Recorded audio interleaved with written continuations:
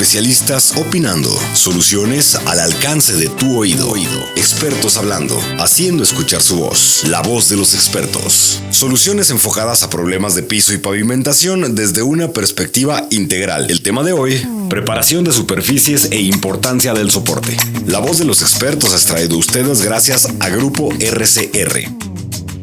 Hola, ¿qué tal? Bienvenidos nuevamente a este podcast titulado La Voz de los Expertos, un podcast patrocinado por Grupo RCR, un podcast que como cada ocasión nos da mucho gusto recibirlos a todos ustedes, por supuesto, con la mejor información, con los avances, con las innovaciones, con las aplicaciones y con todo lo que tenemos que saber acerca del mundo plano de RCR. El día de hoy tenemos un tema sumamente interesante, un invitado también sumamente interesante, pero bueno, antes de comenzar ya de lleno con el tema, permítanme por favor presentar a nuestros panelistas. Como cada programa también nos acompañan, quiero saludar y me da mucho gusto recibirte nuevamente, Christoph. Él es director de operaciones del grupo RCR. ¿Cómo estás, Christoph?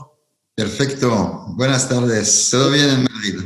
Buenas tardes. Tenemos también el día de hoy nos acompaña quien es el director para Iberia y Latinoamérica de Grupo Permaneo, Ramón Planas Masip. Ramón, ¿cómo estás? Buenas tardes, yo desde Barcelona hoy, así que buenas tardes, muy contento.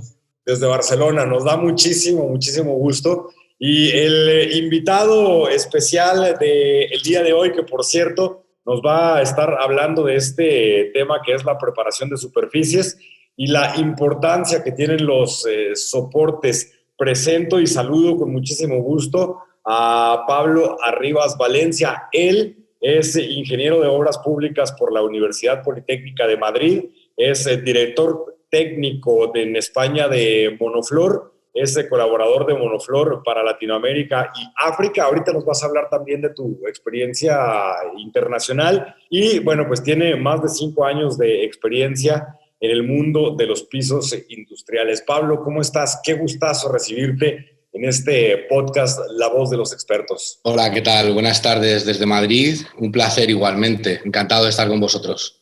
Gracias por haber aceptado la invitación a este podcast. Oye, platícanos y así para empezar a modo de resumen, ¿cómo defines un soporte para un piso de concreto? O la preparación, ¿cómo defines más bien la preparación de un soporte para un piso de concreto? Bueno, como definición muy abreviada y para que todo el mundo nos entienda, el soporte de un pavimento es la parte de la estructura, cualquier parte, o sea, cualquier forma que tengamos debajo de la estructura del pavimento, ¿vale? Wow. Es entendiendo como estructura todo el paquete de firmes entre el soporte y el pavimento que forman todo un bloque. El soporte es esa estructura que queda por debajo de la losa de hormigón. Es lo que va a dar sustento a todo lo que se va a construir por encima. Y ya no solo a la losa, sino a todo lo que vaya a ser construido encima. ¿Y de qué materiales se construyen estos soportes? Pues tenemos distintas tipologías de materiales y de soluciones. Lo más común es que se dispongan terracerías o suelos estabilizados con cemento, en una proporción, en una mezcla con el material granular. Y esas terracerías lo que conllevan es una excavación, un acondicionamiento y un relleno posterior en un paquete de distintas capas hasta llegar a la cota de finalización de la explanada. Eso es un modelo.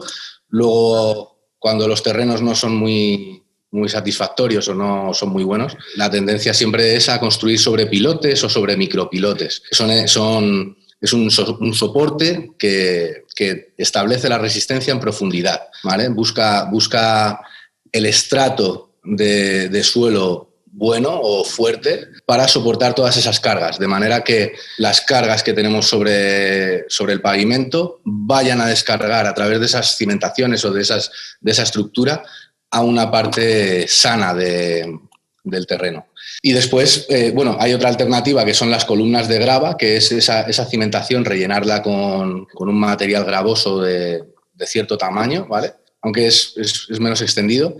Y luego tenemos el caso de que esa estructura que queda por debajo del pavimento pues sea un forjado o una placa alveolar cuando estamos hablando de construcciones en nivel. Y por último, el caso de paquetes aireados o sanitarios. Eso consiste en darle unas características al paquete de firme para que tenga unas propiedades térmicas y de no pérdida de temperatura, sobre todo en cámaras frías o similares, a través de losas aireadas o sobre aislamiento. Y eso es en general los distintos tipos de soportes a grandes rasgos que nos solemos encontrar. Y los tipos de soporte que elegimos para cada aplicación obviamente se eligen, depende del estudio de tipo de suelo que hay en cada lugar determinado, ¿verdad? Sí, esto es siempre necesario. Realizar un estudio geotécnico en el terreno donde uno va a construir es lo primero que tiene que hacer una constructora, una promotora, una propiedad antes de entrar en una parcela y decidir qué va a construir ahí.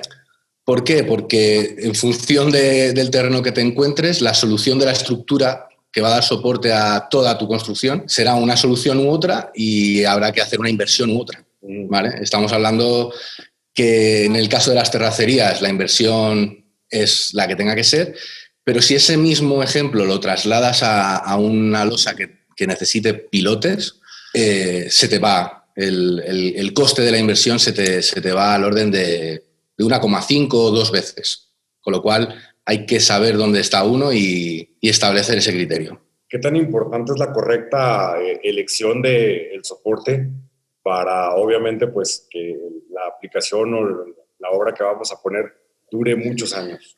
¿Qué tan importante? Pues como te decía, es fundamental.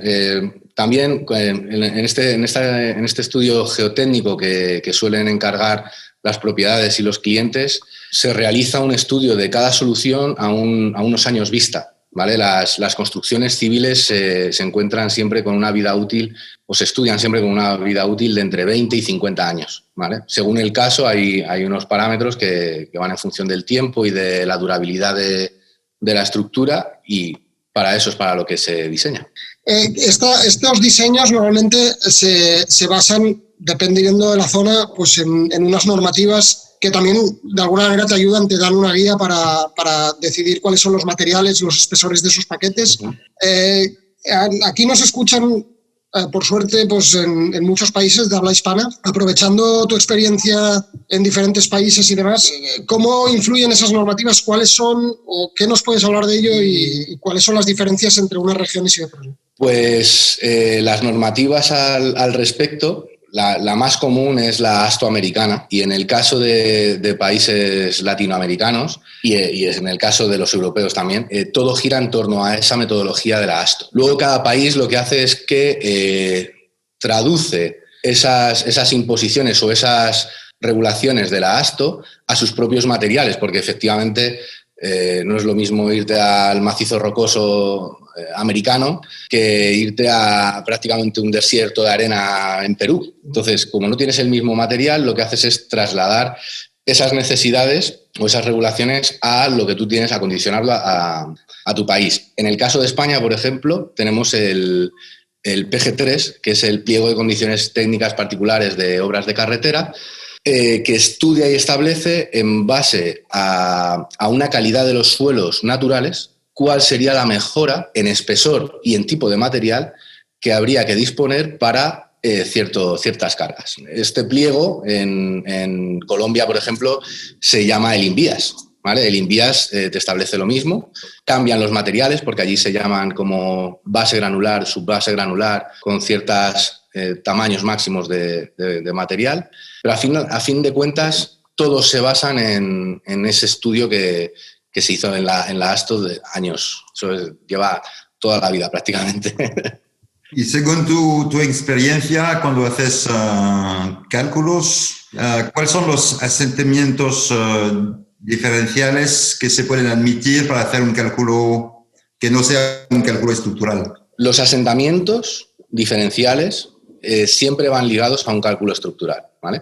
En el caso de las losas, no es un asentamiento como tal lo que se calcula, sino que se basa todo el diseño en el módulo de deformación del soporte, de la estructura, ¿de acuerdo? Si fuese una terracería, ese módulo de deformación lo da el coeficiente de balasto o el módulo de Westergaard, que es conocido por cualquiera que se dedique a pavimento, bueno, a naves industriales o construcción de carreteras. Todo aquel que tenga que hacer una explanada, un relleno, tiene que saber de qué se trata ese módulo.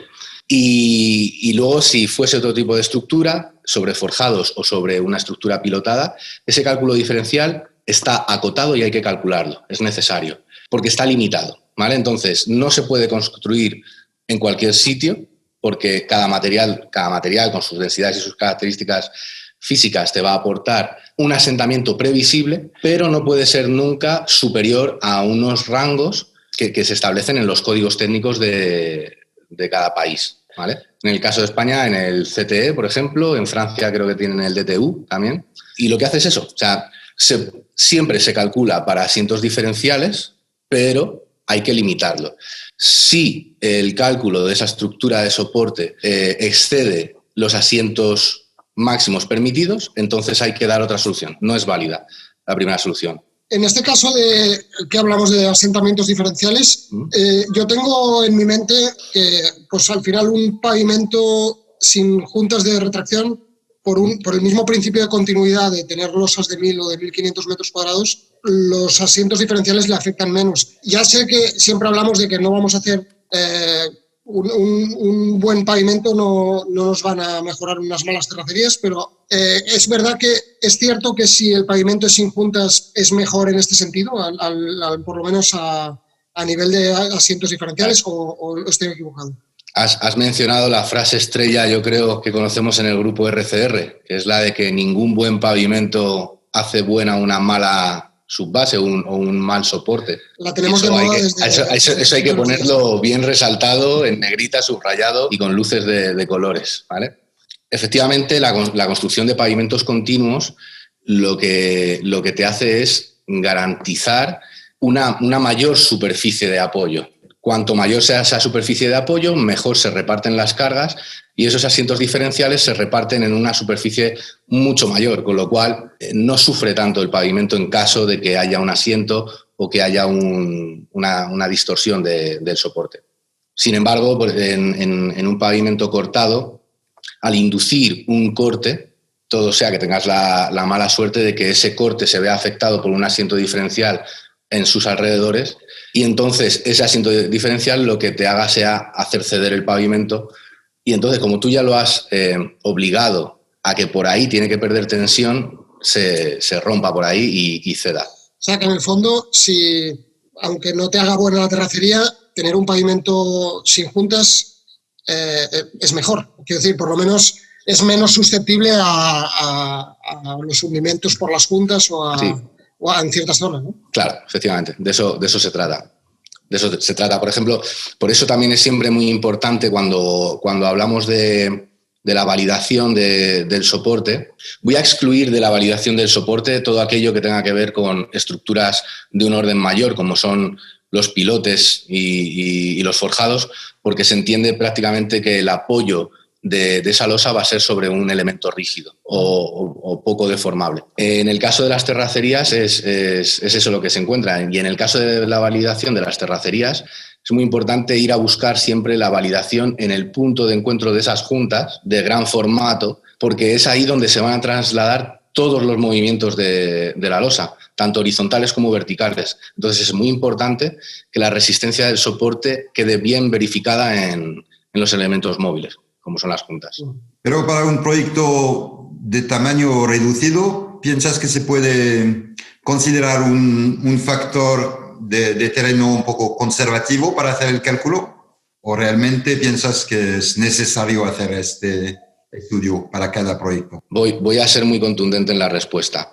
No, no se puede hacer una idea de, bueno, como tengo una nave de 1.000 metros cuadrados, bueno, me ahorro el estudio geotécnico y hago una losa de 20 centímetros de hormigón y me va a aguantar 50 años. No, puede ocurrir que en 6 meses tengas una depresión de la terracería o de la explanada y te ceda toda la nave, ¿vale? Entonces ya ese asiento diferencial que no has considerado, que no has calculado, ese material que no has considerado y que no sabes cuál es, te empieza a dar problemas que te obligan a parar la actividad y al final, por ahorrarte un estudio geotécnico o un reporte de un estructurista que te avala y que te da la seguridad de que eso funciona, pues vas a perder, por muy pequeña que sea, mucho dinero. Vale. Así que siempre hay que hacer un estudio geotécnico, siempre. Ok. Y después, antes de colar por la plataforma, ¿qué tipo de ensayos se hacen? Previo al colado. Previo al colarse, a vertir. Bien, desde Monoflor acostumbramos a exigir a los contratistas principales de la caracterización del material que compone ese soporte, porque tiene que satisfacer en cualquier norma que apliques o en cualquier manual geotécnico, tiene que satisfacer unos coeficientes para ver si lo satisface ese material. Y después se realizan unos ensayos que tienen que ser contrastados con las características físicas de ese material a través de ensayos como son los de densidades o los de placa de carga. Con esos ensayos, por ejemplo, el de placa de carga es uno de lo que os decía que es interesante hacer alguna placa de carga de las que se vayan a hacer en la zona de cruce de juntas, por ejemplo, cuando tienes 4 losas que se juntan en un único punto, ese punto tiene que estar testado, ¿vale? Porque puede sufrir alabeos en esa esquina o incluso un hundimiento porque ceda. Y entonces hay que dejarlo verificado para entender que eso no pasa. Y esos ensayos de placa de carga tienen que estar validando ese coeficiente de deformación que hemos dicho que se establece en el momento del diseño.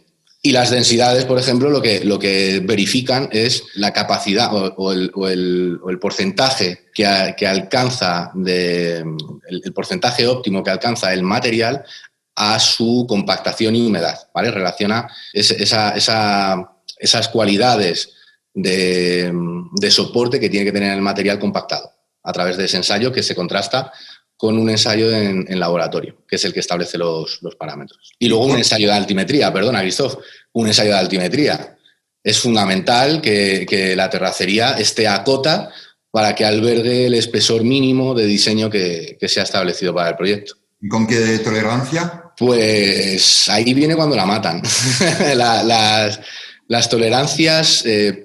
La tolerancia habitual es más o menos 1 centímetro, pero ya más que la tolerancia, lo más importante es la homogeneidad de la terracería. Si está 1 centímetro alto, que esté todo 1 centímetro alto. O que si hay una zona, o si todo está compactado con la misma resistencia, con la misma capacidad portante, aunque sea un poco más baja, pero que sea homogénea en todo el área, ¿vale? Lo mismo pasa con la altimetría. ¿Por qué? Porque en el caso de hacer losas injuntas, como decía Ramón, tener un escalón en diferencias de espesores implica que la losa se ancla en ese punto. Si venimos teniendo una losa, qué sé yo, de 18 centímetros y en un punto localizado alrededor de 1 metro cuadrado tienes una depresión que ahí entran 20 centímetros de hormigón, en ese punto la losa se va a anclar y va a restringir el movimiento natural de la losa, con todos los esfuerzos que nosotros estamos poniendo de las galgas de protección y de las barreras de vapor y aditivos de control de la retracción y fibras metálicas, todo se va al traste si la nivelación de la explanada no es exquisita. ¿Y cuáles son los plazos de control de esta validación de la plataforma antes de empezar la construcción del dicho pavimento? Pues se deja siempre al final, ¿vale? Es la preparación de la plataforma se valida de forma inminente a la construcción del pavimento. ¿Por qué? Porque habitualmente la nave industrial empieza a crecer, nace y empieza a crecer de forma o de abajo arriba o de izquierda a derecha, que son las tipologías más habituales de construcción de edificios. En ese trasiego, toda la explanada o todo el suelo natural sufre muchísimo. Entonces no tendría sentido preparar una terracería si va a albergar un tráfico rodado de carretillas, de camiones, acopio de materiales, humedad, porque no esté la cubierta bien techada y tal. No tendría sentido prepararlo todo antes para maltratarlo. Por eso se deja siempre para el final, en torno a 10 días antes de la construcción del pavimento. De manera que se extienden la última capa de refino, que se llama, la última capa de coronación, es la que se somete a los ensayos finales, es la que se estudia, se certifica, se valida, e inmediatamente, quizá en torno a 48 horas antes, es cuando, en el caso de Monoflor, nos entregan todos los ensayos, la altimetría, y Monoflor procede a comprobar, va al sitio, testea o chequea que los puntos de altimetría sean los que el topógrafo nos ha dicho, que es homogéneo y que se cumple el espesor mínimo de proyecto, y que los resultados satisfacen los requerimientos también. En ese momento se da luz verde y en un plazo de 48 horas ya podemos empezar a construir. Sí, Pablo, no hemos hablado sobre las responsabilidades de la ejecución de la subbase. Sabemos que hay varios intervinientes para hacer el soporte. Están los que controlan, pero también los que lo hacen y demás. ¿Quién realmente tiene la responsabilidad sobre esa calidad del soporte? Bien, pues la responsabilidad de ejecutar el soporte de la nave industrial es siempre del contratista principal. El contratista principal es quien contrata los trabajos de movimiento de tierra y de relleno y compactado de ese material, o la ejecución de pilotes, o la construcción de un cavity o una losa aireada, y es por tanto quien tiene que asumir la responsabilidad de su buen trabajo y de su buen hacer. De manera que tiene que justificar mediante estos ensayos, tiene que realizar estos ensayos, los tiene que hacer el contratista principal, tiene que disponer de los materiales adecuados para hacer el soporte, y al final es quien tiene que rendirle cuentas a la propiedad, al cliente final. Así que tenemos que ir de la mano con ellos para establecer cuál es el material bueno, cómo hay que ensayarlo y cuáles son los criterios de validación, siendo siempre su responsabilidad. Sabemos que el futuro de la construcción pues, va por dos vertientes, la sostenibilidad y la robotización. Pero ¿cómo ves tú el futuro de la preparación de los soportes en cuanto a estas dos vertientes? Pues efectivamente son dos asuntos punteros, ¿no? Últimamente la sostenibilidad, los sistemas ecológicos, sistemas sostenibles y la robotización. Todo tiende a ser mecanizado, robotizado y lo más optimizado posible de cara a la producción. En cuanto a la sostenibilidad de los pavimentos sobre terracerías o sobre explanadas, la tendencia es a utilizar materiales reciclados. No he querido meterme mucho antes en profundidad sobre el tipo de materiales que componen las terracerías. Los principales serían zahorras o materiales granulares de sílice, de caliza o de granito, ¿vale? Son distintos tipos de rocas y minerales, que cada uno tiene unas propiedades, pero la sostenibilidad se está orientando hacia un material reciclado. Es lo más sostenible, es limpiar un poco los escombros que tienes para poder aprovecharlos para hacer otra cosa. En el caso, por ejemplo, de las carreteras asfálticas, incluso ya me meto en un tema ya de conocimiento personal, se aprovecha el caucho de los neumáticos para hacer carreteras sostenibles y ecológicas, porque hay un verdadero problema con el caucho de los neumáticos y al final funciona muy bien para las capas de rodadura del asfalto. Y en el caso de las zahorras de material reciclado, el único problema es que hay que saber manejarlas. Suelen ser material reciclado de hormigón o de escombro de construcción. Por lo tanto, hay que vigilar que no haya elementos contaminantes ni restos de materia orgánica en una elevada proporción, ni material arcilloso, que estaríamos poniendo en el soporte justo lo que estamos intentando evitar. De esa manera, la mejor calidad de un material reciclado es aquel que tenga un mayor porcentaje en este caso, de escombro de hormigón o de cemento, que al final la partícula de cemento o de hormigón que no ha reaccionado todavía, al humectarla y al compactarla, te deja el pavimento el soporte te lo deja prácticamente planchado como si fuese un pavimento, y la única dificultad es saber manejarlo, el material. Es la única dificultad, pero ya hay gente que lo sabe hacer muy bien. Y en el caso de la robotización va ligado a la optimización de la producción y al coste del terreno, del metro cuadrado, evidentemente, de la construcción. Entonces, la robotización se orienta a la construcción de naves industriales en nivel, multinivel. al final los carros de robotización, tuvimos una conversación hace poco Ramón y yo, ¿verdad, Ramón?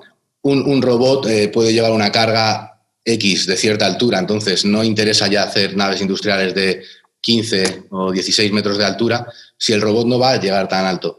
Entonces, en esos 15 o 16 metros de altura, pues si entran 3 plantas, son 3 plantas de producción operativa que tienes a pleno rendimiento con este sistema de robotización. Entonces, la tendencia es a naves industriales multinivel o sobre forjados. Pablo, tengo una pregunta sobre un tema que conozco bastante bien porque viene de mi país, Francia, donde suelen acabar la plataforma con una última capa de 5 o 10 milímetros de arena compactada y consideran que esto mejora el funcionamiento del pavimento.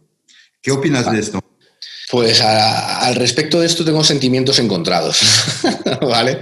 Es un procedimiento que se suele utilizar en construcciones de edificación, ¿vale? Cuando tú tienes un forjado y el forjado al final queda de forma irregular y se extiende una camada o una capa de arena para darle regularidad, al final, ¿a qué? ¿A un embaldosado o a losas porcelánicas o a algo similar? Y han asumido esa metodología para hacer pavimentos industriales. La arena de río, es un material bastante homogéneo en su granulometría y en sus características. Es un material que por definición no es compactable, con lo cual no vas a conseguir esos niveles de compactación, no los vas a conseguir en esa capa de 5 milímetros, que habría que ver si son 5 milímetros de verdad. Lo vas a conseguir en la capa inmediatamente inferior. Pero esos 5 milímetros, ¿qué te pueden dar como beneficio o como desventaja? Como beneficio te da que efectivamente disminuyes el coeficiente de fricción entre las capas entre la interfaz que te quedaría entre la losa de hormigón y la terracería, ¿de acuerdo? Pero como desventaja, que como te digo he visto de todo, como desventaja te da que al no ser un material compactable hay que tenerlo muy bien cuidado minuto a minuto, porque se pueden producir surcos en la arena. Si extendieran 5 milímetros, date cuenta que un surco en la arena a la pasada de la rodada de un tráiler, de un camión o de una cuba de hormigón, haría un surco en la arena de manera que llegaría hasta la subbase, eliminas esos 5 milímetros, desborda hacia los otros lados y a los bordes de la rodada tienes 1 centímetro. ¿Qué quiere decir? Que inmediatamente en el ancho de una rueda de un camión de 30 o 35 centímetros, tienes un desnivel de 1 centímetro. Y es justo lo que os he dicho antes, que no debe ocurrir, ¿vale? Que debe haber una homogeneidad en la altimetría. Entonces, por eso tengo sentimientos encontrados en el caso de que la propiedad insista en hacer esa solución. Lo que hay que vigilar es que si eso ocurre, en ese mismo momento haya un elemento mecánico que lo corrija y lo vuelva a planchar y lo vuelva a extender. Pero eso... es una inversión y un coste. Si a mí me preguntaran, yo no lo haría. Yo cuidaría mucho la explanada, no haría una camada de arena. Perdona, Ramón. A la práctica, yo he hecho varios pavimentos en Francia precisamente con arena. Creo que no de 5 milímetros. Las prescripciones muchas veces son de 2 y 3 centímetros de arena. Pues peor me lo pones. Supuestamente para mejorar esa fricción, pero la realidad es que la puesta en obra es tan compleja. Claro. O sea, la teoría funciona muy bien, pero la puesta en obra es tan compleja que a mi ver nunca funciona. Es decir, a eso me refería con que habría que ver si es verdad esos 5 milímetros, porque es muy difícil calcular el espesor de echar, qué sé yo, 10 toneladas de arena y extenderlas en una capa de 5 milímetros. Sí. No me lo creo. Tendrían que verlo en mis ojos, pero no me lo creo. Bueno, pues agradecer a los 3 que estuvimos en este podcast el día de hoy. Muy interesante el tema, creo que nos quedan conceptos muy, muy claros acerca de la preparación de superficies y sobre todo, pues la importancia, ¿no? La importancia que tiene el estudio para poder llevar a cabo un buen soporte y que arriba podemos poner pues una buena aplicación, un buen pavimento, un buen trabajo, ¿no? Gracias a los 3. Pablo, ¿algo que desees agregar? Pues en principio no, si no tenéis ninguna pregunta más, ninguna cuestión, yo ha sido un placer charlar con ustedes y espero poderles volver a ver pronto. Muchas gracias, Pablo. Igualmente un placer. Muchas gracias, te agradecemos mucho, Pablo. Ojalá nos puedas acompañar después en otro tema en este podcast, que la verdad, pues cada vez se pone más bueno, ¿no? Cada vez se pone más interesante y sobre todo, pues cada vez vamos entendiendo mejor los diferentes conceptos y las diferentes aplicaciones que se pueden lograr con todos los productos que maneja el grupo RCR. Christoph, muchas gracias. Placer. Hasta pronto. Igualmente, Ramón, muchísimas gracias. Gracias a ti. Nos escuchamos pues la próxima semana en una nueva emisión de este podcast titulado La Voz de los Expertos. Un placer nuevamente compartir el podcast con ustedes tres. Y bueno, decirle a todos, a toda la gente que nos escucha, a todos los escuchas, que se pongan atentos, busquen el podcast en las diferentes plataformas en donde se está presentando, porque, bueno, pues cada semana tenemos temas muy, muy, muy interesantes y seguramente de gran ayuda para todos nosotros. Nos escuchamos pues muy pronto. Cuídense mucho. Hasta el próximo. Por hoy terminamos con la conversación, pero los expertos aún tienen mucho de qué hablar. El próximo capítulo, Planimetría de los pisos de concreto, estrena muy pronto en tu plataforma favorita. Este podcast es patrocinado por Grupo RCR. Te esperamos en la próxima emisión.